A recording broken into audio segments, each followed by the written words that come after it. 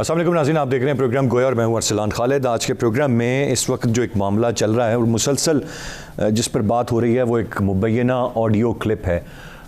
इस वक्त नून लीग बड़ा वाज़ेह तौर पर यह मुतालबा कर रही है कि जो सज़ाएँ थीं नवाज शरीफ साहब की और मरियम साहिबा की उनको ख़त्म किया जाए, क्योंकि इस एक ऑडियो क्लिप ने तमाम तर चीज़ों को प्रूव कर दिया है कि ये तमाम तर जो सज़ाएँ थीं या केसेस थे इनको इसे किसी एक ख़ास मकसद के तहत चलाया गया, उनमें इंसाफ का मैकेनिज़्म नहीं रहा और मकसद सिर्फ़ और सिर्फ निशाना बनाना और सज़ा देना था। इस वक्त इस ऑडियो क्लिप के फ्रांसिक की बात भी हो रही है। साकिब निसार साहब जो साबिक चीफ़ जस्टिस हैं, बड़ा वाज़ेह तौर पर उन्होंने डिनाई किया है, उन्होंने इस ऑडियो क्लिप को फैब्रिकेटेड कहा है। कुछ मीडिया हाउसेस की तरफ से ऐसे क्लिप्स भी जारी किए गए हैं जो सोशल मीडिया पर इस वक्त गर्दिश कर रहे हैं या उनके मेन स्ट्रीम चैनल्स पर भी चलाए गए हैं, जिसमें ये दावा किया जा रहा है कि साकिब निसार साहब की मुख्तलिफ तकारीर से ये क्लिप उठाए गए हैं।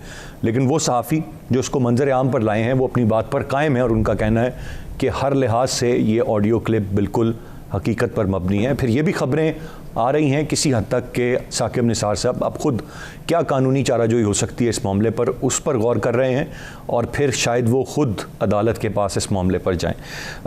फिर साथ साथ ये बात भी आ रही है कि ये अब ऑडियो क्लिप है और बहुत सारी वीडियोज़ और क्लिप्स और चीज़ें आने वाले वक्त में भी शायद सामने आएंगी। इस सारे मामले में एक तरफ तो जहाँ अदलिया के हवाले से बात हो रही है और मुस्लिम लीग नून अदलिया या अदलिया के किरदार या निज़ाम अदल पर बात कर रही है, वहीं पर भरपूर तरीके से हुकूमत इस वक्त अदलिया का दिफा भी कर रही है और एक जो लफ्ज़ी गोलाबारी है हुकूमत और अपोजिशन के दरमियान इस मामले को लेकर वो भी जारी है। मुख्तलिफ वज़रा बात कर रहे हैं। वज़ीर आज़म साहब ने बड़ा वाज़ेह तौर पर कह दिया कि ये ऑडियो क्लिप को ये अदलिया पर हमला है, एक इदारा जिसका काम इंसाफ करना है, अदल देना है और उस अदालत उस मुल्क की अदलिया के आला तरीन रहने वाले जज के हवाले से जब ऑडियो क्लिप आएगा और ये बातें होंगी तो यकीनन इस वक्त बहुत सारी चीज़ें हैं जो क्वेश्चनेबल हैं। मैं चाहूँगा आज के प्रोग्राम में हम इस मामले पर बात करें। इसके साथ साथ एक और अहम मामला है और यकीनन वो एक इंडिविजुअल, एक फ़र्द के लिए शायद बड़ी पॉजिटिव बात है या शायद इस हुकूमत के लिए कि उन्होंने शौकत तरीन साहब को अब सेनेटर बनाने की राह हमवार कर ली है। वो खुश हो रहे हैं और आवाम को और परेशानी दे रहे हैं। वो बता रहे हैं कि 4 रुपये हर महीने पेट्रोल बढ़ाना है, गैस की कीमत बढ़ने की मंजूरी हो रही है और दूसरी तरफ वो इसी परफॉर्मेंस की बुनियाद पर अब सेनेटर बन रहे हैं। 6 साल के लिए वो सेनेटर रहेंगे और साथ साथ अब वो मुशीर के बजाय वज़ीर होंगे। अवाम का क्या होगा, मैं चाहूँगा इस पर भी आज के प्रोग्राम में हम बात करेंगे। गेस्ट पार्टिसिपेंट्स का तारुफ कराते चलूँ। प्रोग्राम में हमें ज्वाइन कर रहे हैं ब्रिगेडियर रिटायर्ड हारिस नवाज साहब, सीनियर तज्ज़ियाकार हैं। आमिर इलियास राना साहब हमारे साथ प्रोग्राम में मौजूद हैं, सीनियर सहाफ़ी हैं, सीनियर तज्ज़ियाकार हैं। और अमीर अब्बास साहब सीनियर एंकर पर्सन है, सीनियर जर्नलिस्ट हैं, हमें प्रोग्राम में ज्वाइन कर रहे हैं। ब्रिगेड साहब, गुफ्तगू का आगाज़ आपसे करते हुए सर, ये अब कल भी बात हमने की, आज भी बात कर रहे हैं और ये मामला मुसलसल ज़ेर बहस है। कैसे देखते हैं आप इस वक्त, एक तो मुबैना का लफ्ज़ जब हम इस्तेमाल करते हैं, वो चाहे ऑडियो हो या वीडियो हो, वो अगर नून लीग के कैंप से किसी का हो तो कोई फ़र्क नहीं पड़ता, वो फैब्रिकेटेड है, बाकी सारे उसको मानने के लिए तैयार। अगर किसी और बंदे की हो तो नून लीग फ़ौरन मानने के लिए तैयार है, without forensic and without any authentication, और कोई मानने के लिए तैयार नहीं है। और ये क्या सिलसिला चल निकला है लोगों के वीडियो क्लिप्स ऑडियो क्लिप्स आने का? पहले भी आते रहे लेकिन अब शायद ये ज़्यादा तवातर से आएंगे। अरसलान, देखें, ये एक बहुत ही अफसोसनाक बात है और बहुत तशवीश की बात भी है कि मुल्क में किस तरीके से हमारे 2 अदारे बचे हुए हैं, एक अदलिया और एक फ़ौज, और उनको मुतनाज़ा बनाया जा रहा है। और क्यों बनाया जा रहा है सबको मालूम है। हर दफ़ा हर मौके पे ब्रिगेड साहब, क्या अदलिया बची हुई? आपने कहा 2 इदारे बचे हुए हैं, पूरी एक तारीख है, अदलिया वाकई बची हुई है अब तक? नहीं, देखें, स्टिल एक पाकिस्तान का एक पिलर है और इसको हमें जितना कम से कम मुतनाज़ा बनाए हुए थे। I do agree there certain reservations, even I have reservation, लेकिन स्टिल जिस तरीके से आप 126 नंबर पर आए हैं और दुनिया में यही बातें वो आपको और पीछे लेके जाती हैं। बिल्कुल ठीक है कि चीफ जस्टिस ऑफ पाकिस्तान को इन हाउस देखना चाहिए कि वो अपने रिफॉर्म्स कितने किए हैं, क्या उन्होंने लोअर कोर्ट्स के अंदर जहाँ पर इतने ज़्यादा लोग आते हैं, बैठते हैं, डेट लेके चले जाते हैं, 25 साल के बच्चे, ग्रैंड चिल्ड्रन तक फैसले नहीं होते हैं, उसके अंदर उन्होंने क्या काम किया, बजाय इसके कि आप हर बात में आप एग्जेक्टिव में इंटरफेयर करें और उनके मामलात में दखल दें, फैसले लेट करें। ये चीज़ें हमें, ये चीज़ें ज़रूर, बिल्कुल कोई डाउट नहीं है, ये चीज़ें, ये काम है चीफ जस्टिस का, और हर एक को अपने अपने अदारे में ज़रूर कंट्रीब्यूशन करनी चाहिए। When you leave and when you look back, you see कि आपने क्या कंट्रीब्यूट किया अपने अदारे के लिए। लेकिन उसके साथ ही जिस टाइमिंग के ऊपर राना शमीम साहब की आती है वो एफिडेविट, उसके बाद इनकी क्लिप आती है और वो मरीम नवाज़ के केस की डेट लग रही है, उसी टाइम पर ये दो चीज़ें आती हैं। फिर उसके बाद ये जाहिर है कि जज अब फैसले आने वाले हैं, उनको एक प्रेशर डाला जा रहा है कि किसी तरीके से वो प्रेशर में आके उनके हक़ पे फैसला करें, उनके खिलाफ फैसला न करें। आमिर फारूक सिटिंग जज हैं, उनके ऊपर लगाना था कि जज से अगर ये इस कोर्ट बेंच से चेंज हो जाएं तो उससे ज़ाहिर है कि 1-2 साल और केस लंबा लटक जाएगा। लेकिन इससे ओवरऑल मुल्क को क्या नुकसान होता है ये हमें समझने की ज़रूरत है। और इसी तरह जिस तरीके से आसमा जहांगीर कॉन्फ्रेंस के अंदर जो कुछ किया गया, और एक जो पुतली नुमा जनाब जो जैसे वो छलांगे मार रहे थे अली कोट साहब, और जो वो बातें कर रहे थे, लग रहा था कि किसी आम जलसे में, अवामी जलसे में बात करें, नॉट ऑन द राइट एक डिसेंट फोरम में बात करें, वो जो बात कर रहे थे। उसके बाद एंड में जो चलाया गया, ये सारी चीज़ें देखें तो ये बड़ी, it's not a good thing. ये देखिए एनिमी का यही नैरेटिव है, किसी तरीके से पाकिस्तान की फ़ौज और अवाम को दूर कर दें, फ़ौज को कमज़ोर करें, और इराक, लिबिया, सीरिया, उसके बाद यमन, जहाँ जहाँ भी फ़ौज कमज़ोर थी वहाँ उन्होंने अपने काम पूरे कर लिए हैं। फ़ौज ने क्योंकि डिनाई किया हुआ है, फ़ौज के इसलिए खिलाफ हुए हैं। और हमारी जो हमारी पॉपुलेशन है, आई डोंट से ब्रिगेडियर साहब एक चीज़ जानना चाहूँगा, आपने कहा ये दुश्मन का ये एजेंडा है, ये दुश्मन का है जो हमारा असली दुश्मन है या दोस्तनुमा दुश्मनों का?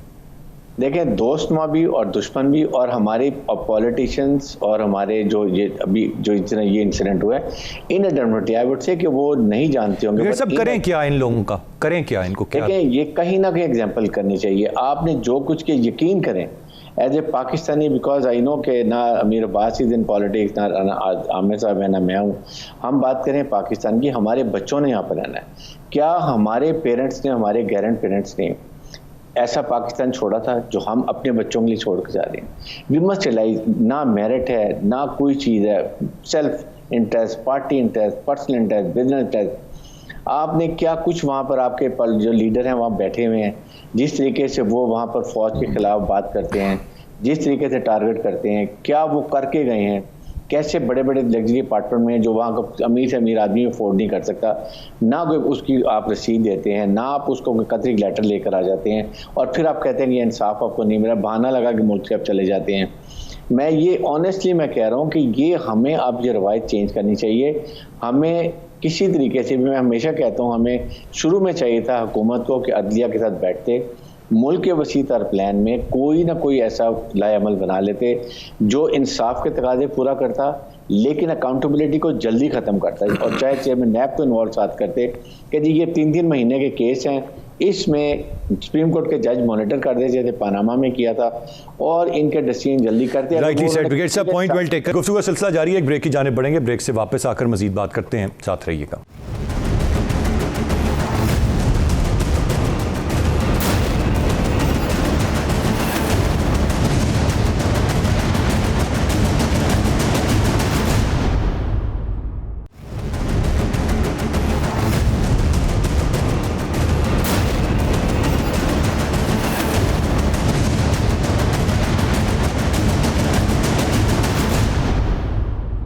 Welcome back. मैं ज़रा आगे बढ़ना चाहूँगा, राना साहब की जानिब आता हूँ। राना साहब, ये नून लीग का मीडिया सेल है या कोई और अवामिल कार फरमा है? आप जितने बाखबर सहाफ़ी हैं इस्लामाबाद में, बेहतर बता सकते हैं। देखें, जो ब्रिगेडियर साहब ने कहा कि अदलिया बची हुई है, तो अदलिया तब बचेगी जब लोगों में उसका तासुर ठीक होगा।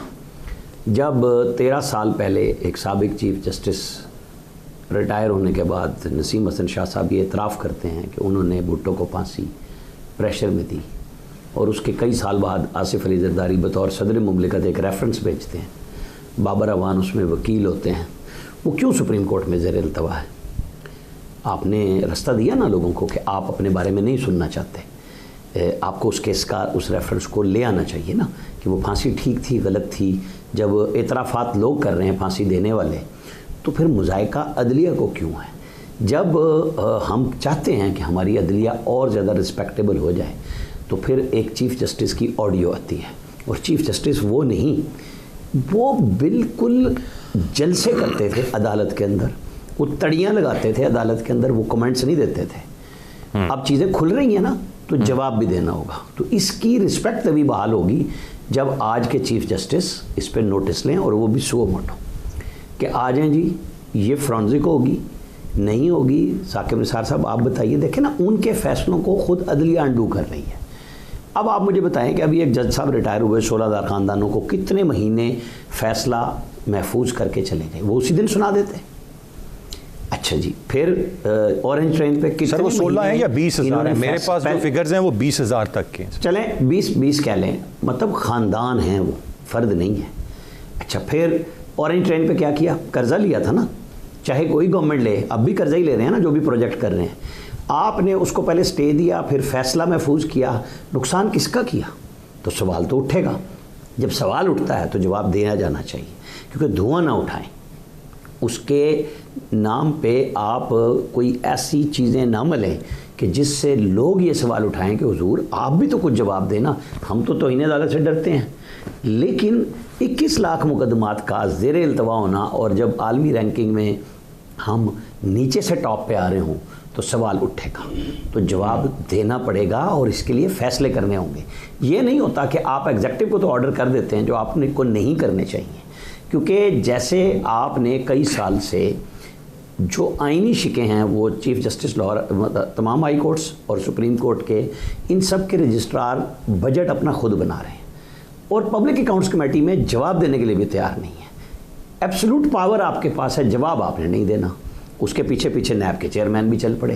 भाई जब आप खर्च करते हैं तो सरकार के पैसे हैं ना, तो ऑडिट में आ जाना चाहिए। आपको कोई तौहीन तो नहीं कर रहा ना, आपको बुला रहे हैं कि जी आप पार्लियामेंट जिसके ज़रिए सब क्रिएट हुए हैं, उससे तो सुप्रीम नहीं ना हो सकते। हर एक ने अपने अपने फैसले करने, और उस पार्लियामेंट ने आपको, जज साहिबान को ये इख्तियार दिया है कि अगर वो कुछ चीज़ों में गलत फैसले हो जाते हैं तो उनकी तशरीह अदालत का काम है।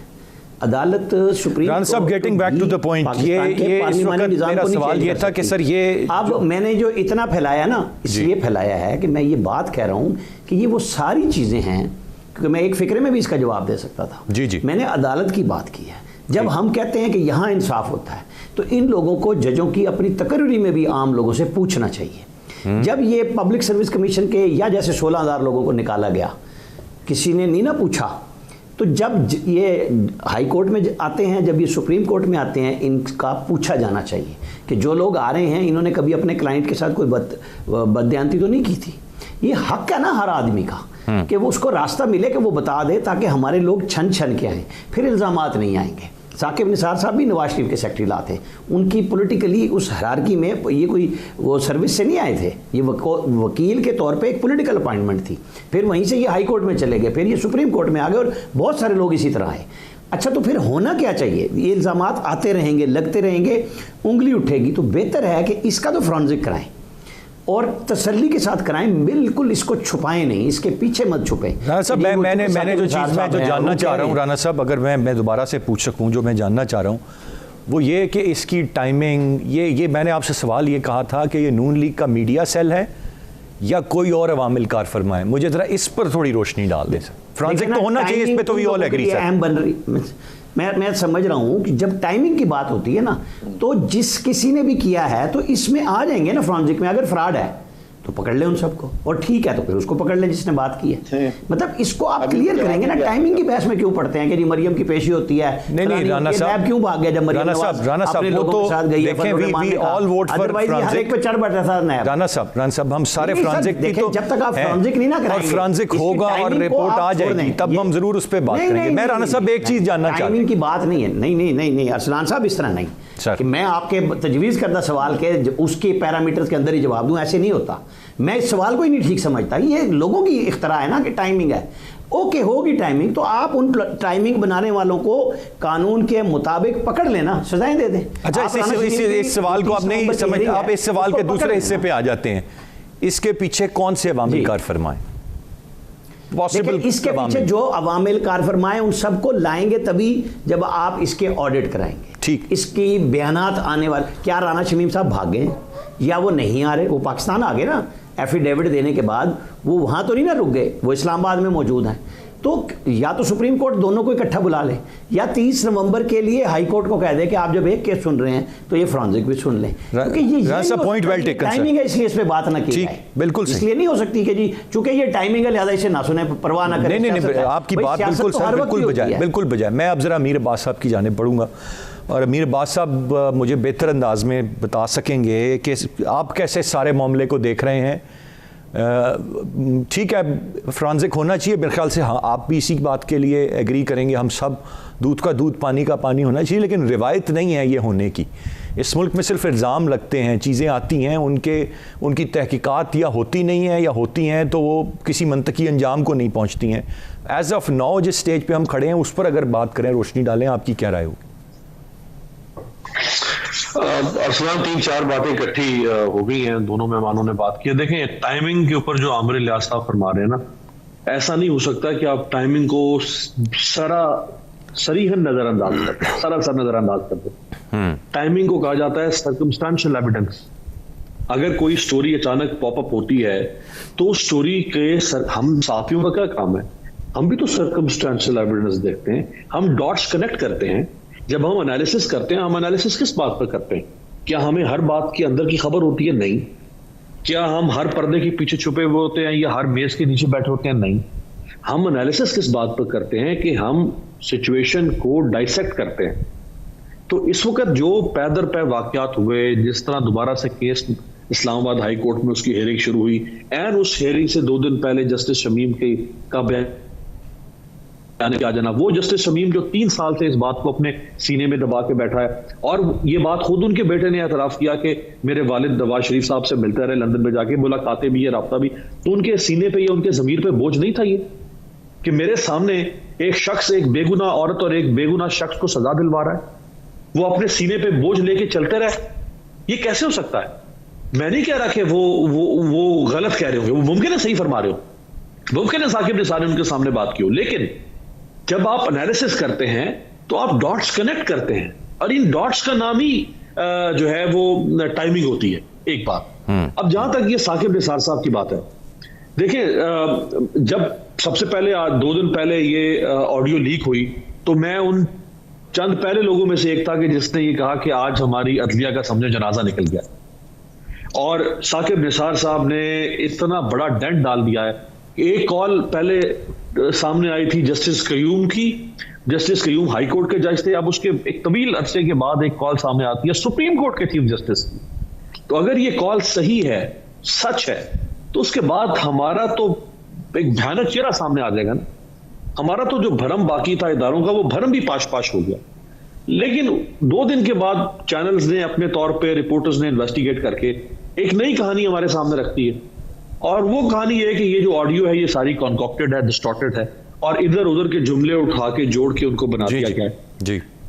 अब इस नई कहानी ने इसमें जो है वो एक नया मोड़ दे दिया है। लेकिन मैं समझता हूं कि साकिब निसार जो इस मुल्क के चीफ जस्टिस रहे हैं, क्या मुझे ब्रिगेडियर साहब को या आमिर साहब को तो नहीं उनको ये सबक पढ़ाना कि आपको फौरी तौर पे कंटेम्प्ट करना चाहिए, या आपको फौरी तौर पे कंटेम्प्ट से मुराद ये कि आप हतक इज्जत का दावा करें अहमद दुरानी के खिलाफ, आप डैमेजेस क्लेम करें।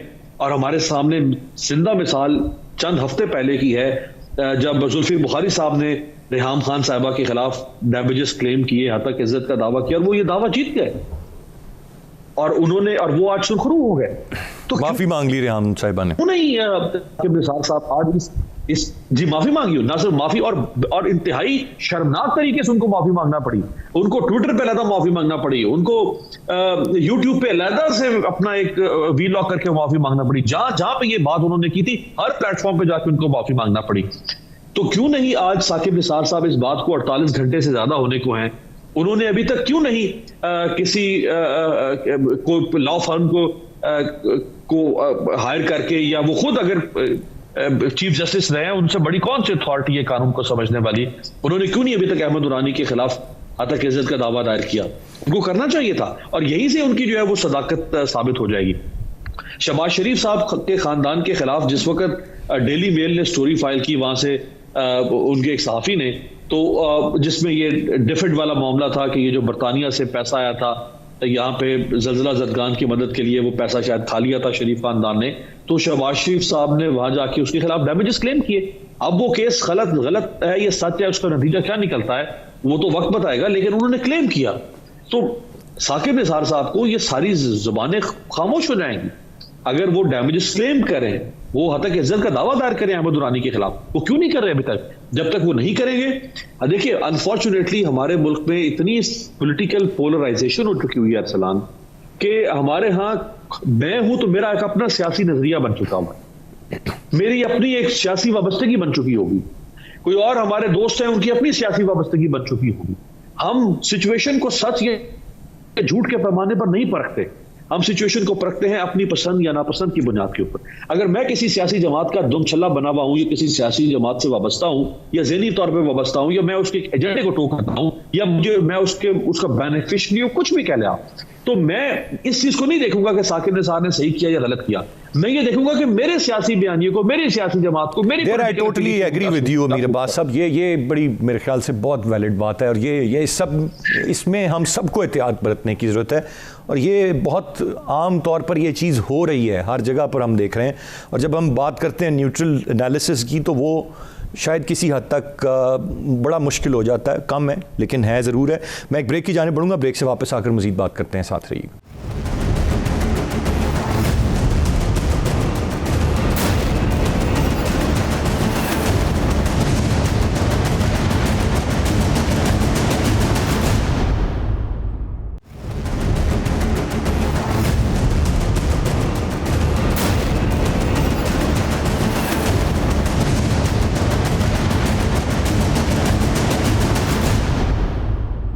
जी वेलकम बैक। इस वक्त यकीनन जहाँ पर हम देख रहे हैं कि सिर्फ एक ही बात है जिस बारे में हम पहले बात कर रहे थे, वही एक अहम तरीन मामला है। Over the weekend it started off जब ये ऑडियो आई, और उसके बाद से अगर आप सोशल मीडिया देखें या आप मेन स्ट्रीम मीडिया देखें या बयानात देखें या प्रेस कॉन्फ्रेंसेस देखें, वो सब इसी के अराउंड चल रही हैं। पर एक सवाल यकीनन जो सब हमारे मुअज़्ज़िज़ मेहमानों ने जिस राय का इजहार किया वो यही है कि फ़ॉरेंसिक होना चाहिए। ताख़ीर क्यों है, इस पर इतनी बातें क्यों हो रही हैं? इस पर एक और सवाल जो मीर अब्बास साहब ने उठाया वो बहुत वैलिड है कि साकिब निसार साहब को क्या चीज़ रोक रही है, कि उनको कौन सी कानूनी मुशावरत करनी है कि अब तक कोई फ़ैसला नहीं उनकी तरफ से किया गया कि वो क्या तरीक़ाकार इख्तियार करने जा रहे हैं। तो जितना ये इस पर बात होती रहेगी, अदलिया की साख मुतासिर होती जा रही है, हो चुकी है, और इदारों पर सवालात उठते जाएंगे, और ये जो सिलसिला है ये कभी नहीं थमेगा। अभी तो लोग ख्यालात का इजहार कर रहे हैं कि शायद ये सिर्फ एक ऑडियो नहीं है, इसके बाद तो बहुत से लोगों का मानना है कोई वीडियो भी आनी है, कोई और भी चीज़ आनी है। माजी में भी वीडियोज़ आई लेकिन कोई किसी कंक्लूजन को नहीं पहुंची कि वो ठीक है या नहीं है, और अगर को मुलव्विस पाया गया या नहीं पाया गया या उसके हवाले से क्या कार्रवाई होनी चाहिए, किसी सतह पर नहीं हुई। इट्स अबाउट टाइम कि ये मामला अब होना चाहिए और इस पर बातचीत बंद होनी चाहिए। मैं ज़रा दूसरे मामले की तरफ आऊँगा। ब्रिगेड साहब, शौकत तरीन साहब सेनेटर बनने जा रहे हैं, यकीनन मुबारकबाद के मुस्तहिक हैं, और फिर जो ज़ाहिर है परफॉर्मेंस, अब ये मसला इस वजारत ख़जाना का है जो यहाँ आता है, या कोई और मामला है? जो भी साबिक मुशीरान भी रहे, अब शौकत तरीन साहब भी हैं, हर चीज़ महंगी, मईशत का कोई हाल नहीं, और फिर उस पर नवीद के मज़ीद महंगा होना। How do you see it sir? देखें अरसलान, एक तो ये बात है कि जब भी IMF पैसा देगा या वर्ल्ड बैंक देगा, देनों के उनको वापस कैसे मिलेगा, उसके लिए देती है टर्म कंडीशन था कि ये पैसा इस तरीके से बचत होगा और हमारा पैसा वापस आएगा, फंस नहीं जाएगा। कोई भी, मैंने भी देना, मैं सोचूंगा अगला वापस कर सकता, आपके लोकल बैंक भी ऐसे ही करते हैं। लेकिन इसमें बैड गवर्नेंस डेफिनेटली है, कोई डाउट। ये आज की बात नहीं कर रहा, ये चाहे नवाज लीग की हो, पार्टी की हो या PTI की हो, तमाम जिम्मेदार है। लॉन्ग टर्म प्लानिंग नहीं की जाती है, कर्जे ले लेते हैं, कर्जे को फिर मिसयूज किया जाता है। पहले होता था कर्जे लेते थे, उसको फिर ले एक स्टडीज में दे देते थे, अवाम को खुश रखते थे और मुल्क को फंसाते जाते थे कर्जे बोझ के अंदर। आई थिंक इस दफ़ा जो प्रॉब्लम यही हुई है, कोशिशें कर रही है ये PPTI गवर्नमेंट कि किसी तरीके से वो जो कर्ज है उसकी जुडिशल यूज किया जाए और सब्सिडी में इस्तेमाल न किया जाए, विदाउट रियलाइजिंग कि आवाम के ऊपर बहुत बोझ पड़ रहा है। इसका कोई ना कोई हल निकलना चाहिए। इससे बहुत ज़्यादा जो है आम परेशान हो रहे हैं, उनका वोट बैंक भी बहुत अब हो रहा है। तो ये फिर उस उसके बाद बता दें 6 महीने के बाद आप कार बढ़ेंगे, बिल और बढ़ने वाला है, उसके बाद 2 साल तक जो है यही हालात रहेंगे। ये नाउमीदी हुकूमत को और उनके लोगों को नहीं फैलानी चाहिए। They must find a solution.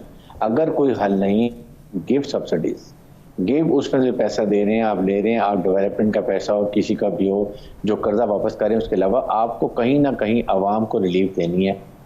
अगर नहीं देंगे तो ये आवाम की ताकत से निकलती जा रही चीज़ें, और ये अनरेस्ट बहुत डिफिकल्ट होता है। ये ख़ास तौर पे मैंने देखा है कि लोग, मैंने मार्केट में देखता हूँ लोग उसी तरह शॉपिंग कर रहे हैं, परचेजिंग कर रहे हैं, लेकिन जाहिर है कि जो लोअर तबका है उसको प्रॉब्लम है, लोअर और लोअर मिडिल क्लास, उनके लिए ये प्रॉब्लम्स हैं। पेट्रोल की कीमत जाहिर है बढ़ेगी तो हर चीज़ को फ़र्क पड़ेगा। साथ ही साथ हुकूमत की जो सबसे बड़ी कमज़ोरी है कि एग्रीकल्चर को अभी भी वो टेंशन नहीं दे रहे हैं।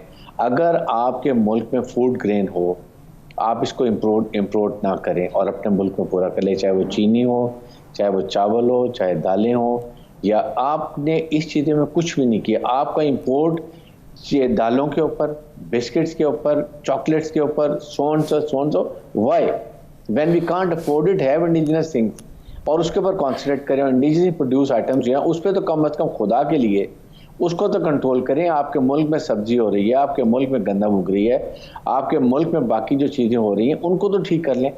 और फिर उसके बाद जो आप इंपोर्ट करते हैं वो गंदम के लिए बजाय अपने किसान को 100-200 रुपये फालतू मान दे रहे हैं, तो आपकी गंदम ही गंदम होगी और आपको बाहर से महंगी गंदम नहीं मंगवानी पड़ेगी।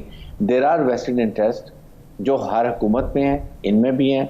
ये अब इमरान खान टीम कैप्टन है, ही मस्ट रियलाइज कि ही इज़ गेटिंग, बिल्कुल इनका ग्राफ नीचे जा रहा है। अगले साल के एंड में या उससे नेक्स्ट ईयर में इलेक्शंस आ रहे हैं। ही शुड नो कि what he has to do. खाली ये electronic voting machine will not resolve your problem. You have to win the hearts and minds of people of Pakistan. Do you think कि इस जमात के एजेंडे में, इस हुकूमत के एजेंडे में ये शामिल है कि they have to win the hearts? They're just making fool out of everyone, I believe, brigade साहब। उनके एजेंडे में हर हाल में इलेक्शन जीतना और अपने इक़्तिदार को बढ़ाना, ये हर हुक्मरान का यही एजेंडा रहा है, और इनका तो बहुत ज़्यादा है। ये इनके मैनिफेस्टो में बड़ा क्लियर था। ये जो अवाम को एक बता रहे थे कि हम ये कर देंगे, हम महंगाई कर देंगे, लूटा हुआ पैसा वापस ले आएंगे, जिसने करप्शन की उसको रोकेंगे, रिफॉर्म लेंगे, नया पाकिस्तान होगा, तब्दीली लेंगे, तो वो अब आप करके दिखाएं। अगर नहीं करेंगे तो आपको कौन वोट देगा? I don't think they have a chance to win election अगर नॉर्मल जाते हैं, अवाम के लिए कुछ नहीं करते हैं, क्योंकि people of Pakistan really worried. Sir overseas Pakistanis देंगे 22 करोड़ के मसले हल हो गए, अब ख्याल उनका है। आज वो भी एक इनकी गलती देखें कि ओवरसीज पाकिस्तानी अगर आज इलेक्शन कमीशन को जाकर रिमाइंड करा रहे हैं कि वोटिंग के लिए, ईवीएम्स के लिए, आई वोटिंग के लिए, the government ministers have nothing to do.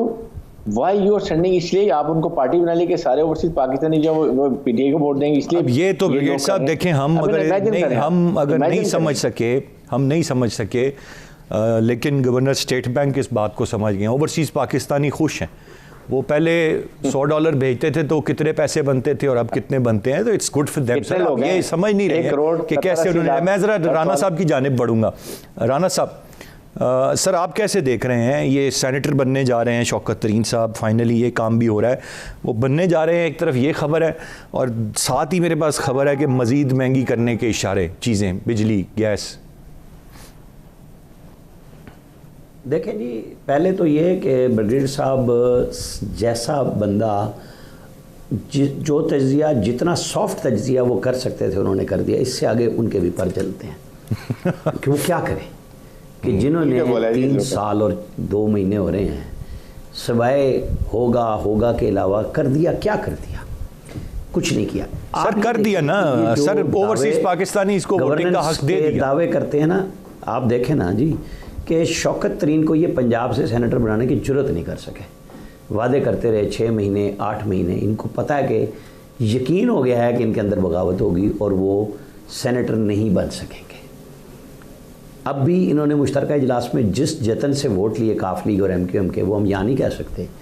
तो इनको ये पता था, तो फिर KP से ही इनको सेनेटर, मतलब ये है पॉलिटिकल ग्रिप आपकी अपने MPs पे। किसी ने नहीं उनको तोड़ा। काफ लीग, मतलब नून लीग को आप देखें कि आज़ाद लोग, मलिक अहमद अली औलख लैया से हैं, वो आखिरी दिन तक वेट करते रहे कि मुझे नून ले लेगी।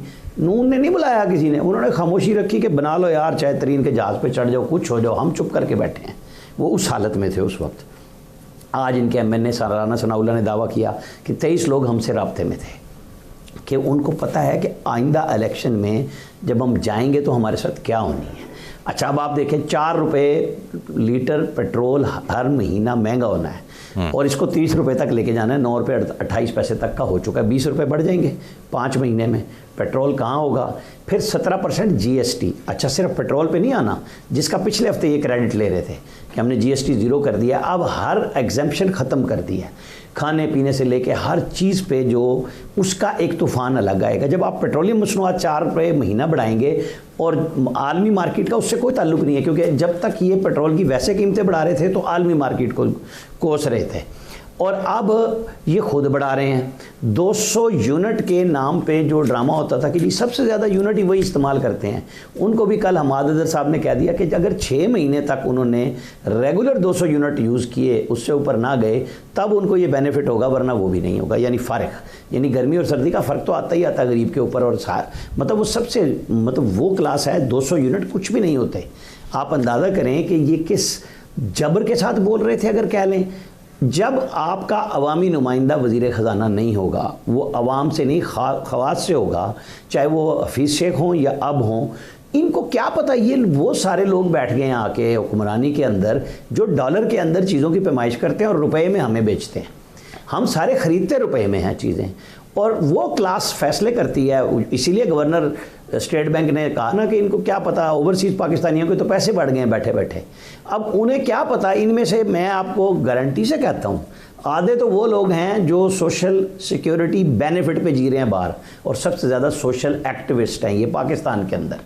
मतलब इनकी हालत ये है। अच्छा, ये जो राना साहब आपने जो गवर्नर स्टेट बैंक का जिक्र किया है, ये वो मैं जानना चाहूँगा, मुझे हमेशा ये क्यूरियोसिटी रही है कि ये उनकी अपनी अंडरस्टैंडिंग का ये लेवल है या वो अवाम को बेवकूफ़ बना रहे थे जब उन्होंने ये बात कही? अवाम को बेवकूफ़ बना रहे, वो बेवकूफ़ समझते हैं, बेवकूफ़ बना नहीं रहे। आप देखें ना, असद उमर और यूनुस ठागा जिस वक्त IMF के साथ, देखें ना, असद उमर को आप कह दें, प्राइम मिनिस्टर ने क्या कहा, पिछले साल हम गए एक ब्रीफिंग में तो कहते हैं मेरी सबसे बड़ी गलती ये थी कि मैं IMF के पास फ़ौरन नहीं गया। असद उमर कैसे चला जाता, उस वक्त खुदकुशी वाला बयान बहुत ज़्यादा था, यू टर्न शुरू नहीं हुए थे, वो हर चीज़ पे तो प्राइम मिनिस्टर की तकरीर आड़े आती थी।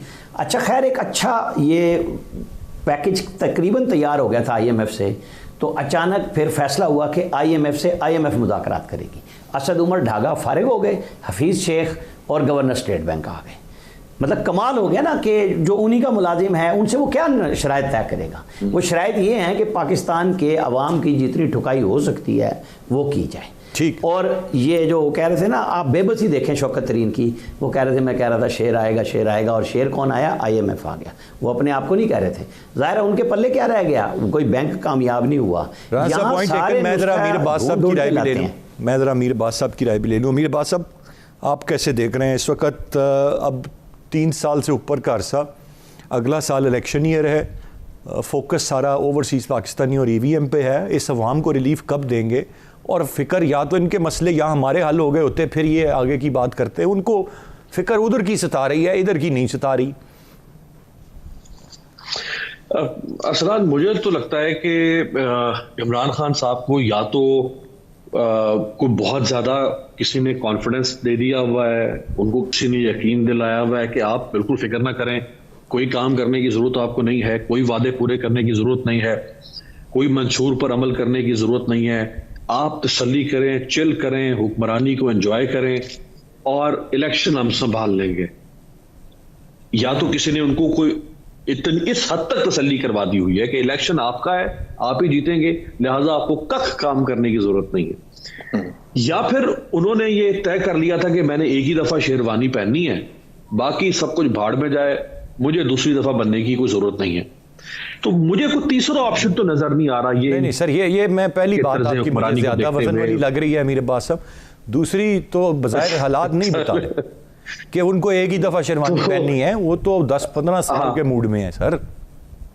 तो चले, मतलब तीसरा ऑप्शन तो आपको भी नजर नहीं आ रहा ना? नहीं, पहला वाला ठीक है आपका, पहला ले चले, पहले वाले को कर लेते हैं चूज, लेकिन कोई और ऑप्शन नहीं है। क्योंकि जिस हद तक इमरान खान साहब जिस जहाज को वो चला रहे हैं, वो जिस तरह इस जहाज को लेके जाके सीधा ग्लेशियर में मारना चाहते हैं ढूस करके, और सब बर्बाद करना चाहते हैं, अच्छा, मुल्क तो अल्हम्दुलिल्लाह चलता रहेगा, इसने बहुत उतार चढ़ाव देखे हैं। उनकी अपनी साख, उनकी पार्टी, उनके ऊपर लोगों का एतमाद, ये वो किस मुंह से जाएंगे कौम के सामने दोबारा 2023 में वोट मांगने के लिए? ये जो इन्फ्लेशन है, जो इकोनॉमी है, ये एक बड़ा टेक्निकल सब्जेक्ट है। इसको अगर हम एक लम्हे के लिए एक तरफ रखते हैं और हम बाकी जो 10-15 आम सब्जेक्ट्स हैं या इश्यूज हैं इस मुल्क के, उनको उठा के देख लें, तो उनमें कहां इमरान खान ने परफॉर्म किया?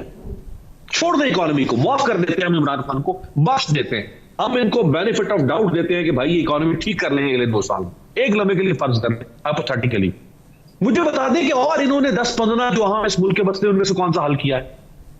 क्या कोई जुडिशल रिफॉर्म इमरान खान ने मुतारिफ करवाए 0/0?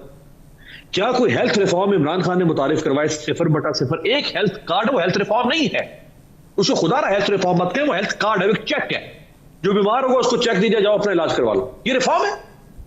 ये तो कोई भी कर सकता था। मुझे बना दे वजीर आजम का लाभ, मैं आपको 600 किस्म के हेल्थ कार्ड जारी करके दे दूंगा। इसके लिए आपको वजीर आजम बनाया गया था कि आप कार्ड जारी करते फिरे, लोगों में चेक बांटते फिरे आप। क्या आपने एजुकेशन रिफॉर्म्स लाए? 0/0। वो एक करिकुलम है, वो 3 साल से वो करिकुलम की बत्ती के पीछे हम लगे हुए हैं कि यकसा निसाब, वो यकसा निसाब भी पूरी तरह से नाफिज नहीं हो पाया। 3 साल में एक ले दे के कुछ हुआ यकसा निसाब, वो भी नजर नहीं आ रहा। ये कहते थे 2.5 करोड़ बच्चा इस मुल्क में स्कूल से बाहर है, 2.5 करोड़ बच्चा। ये बताएं कि इन्होंने 2.5 करोड़ में से 2,500 बच्चा भी स्कूलों में दाखिल करवाया है। जिस तरह आबादी का तनासुब बढ़ रहा है, अब तो और बच्चे 2.5 करोड़, तो 3 साल पहले कहते थे अब 3 करोड़ बच्चा स्कूलों से बाहर हो। आबादी की वजह से भी होगा, दूसरा अफोर्डेबिलिटी की वजह से भी होगा, जो इन्होंने आम आदमी की वो जारी बात है देने की। जी बिल्कुल ऐसी। देखे ना, इस मुल्क में एक ऐसा तबका है अरसलान, हम जानते हैं, हम लोगों के घरों में बच्चों को काम करते हुए देखते हैं, मजदूरी करते हुए देखते हैं, दुकानों पे काम कर रहे हैं, वर्कशॉप से। वो कौन बच्चे? वो बच्चे हैं कि जिनके माँ बाप अफोर्ड नहीं करते, लिहाजा वो ये बर्दाश्त नहीं कर सकते कि हम अपने बच्चों को मैट्रिक करवाएं या फिर करवाते फिर, कहते बाद में जाए तालीम। ये जो कमा के लाएगा, हमें भी खिलाएगा, खुद भी खाएगा, हमारे लिए वो इंपॉर्टेंट है।